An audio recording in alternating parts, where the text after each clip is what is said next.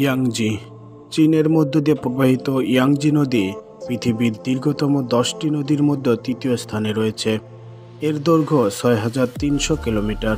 এটি একক দেশের মধ্য দিয়ে প্রবাহিত হওয়া বিশ্বের দীর্ঘতম নদী। পানি প্রবাহের দিক দিয়ে এটি বিশ্বের সপ্তম বৃহত্তম নদী, যার মধ্য দিয়ে প্রতি সেকেন্ডে গড়ে প্রায় ৩০,১৭০ কিউবিক মিটার পানি প্রবাহিত হয়। ইয়াংজি নদীর মূল অববাহিকার আয়তন ১৮ লক্ষ বর্গ কিলোমিটার।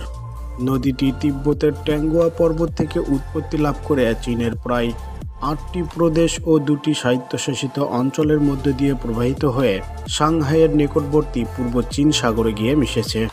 চীনের মোট জনসংখ্যার ১/৩ অংশ ইয়াংজি নদীর অববাহিকায় বাস করে। চীনের বৃহত্তম শহর সাংহাই এই নদীর তীরেই অবস্থিত।